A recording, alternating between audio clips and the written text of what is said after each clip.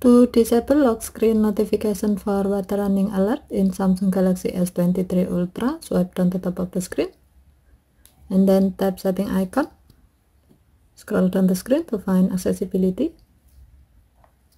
Tap accessibility and then tap hearing enhancement.